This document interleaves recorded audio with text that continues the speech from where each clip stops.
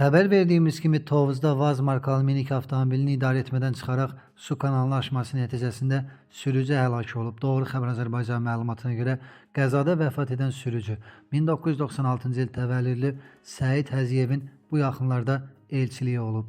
Yaxın günlərdə gəncin nişan mərasimi baş tutmalı imiş. Allah rəhmət eləsin.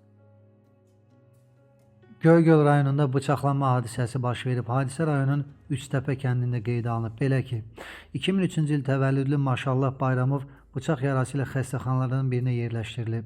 Hadisənin kim və hansı şəraitdə baş verməsi ilə bağlı polis əməkdaşları tərəfindən araşdırma işlərinə başlanılıb.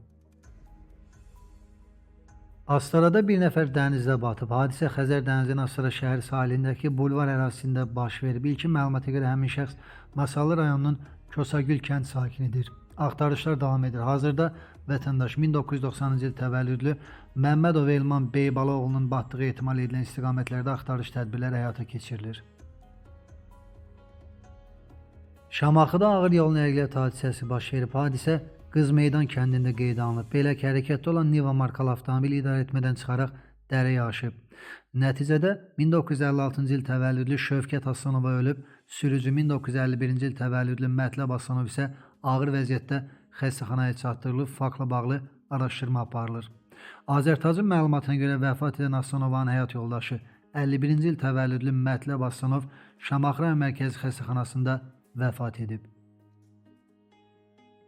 Gəncədə evdən kişi meyidi tapılıb. Məlumata görə 2001-ci il təvəllüdlü Mətləb Aliyevin meyidi yaşadığı evdə yaxınları tərəfindən aşkarlanıb. Hadisə yerinə polis və prokurorluq orqan əməkdaşları cəlb olunub.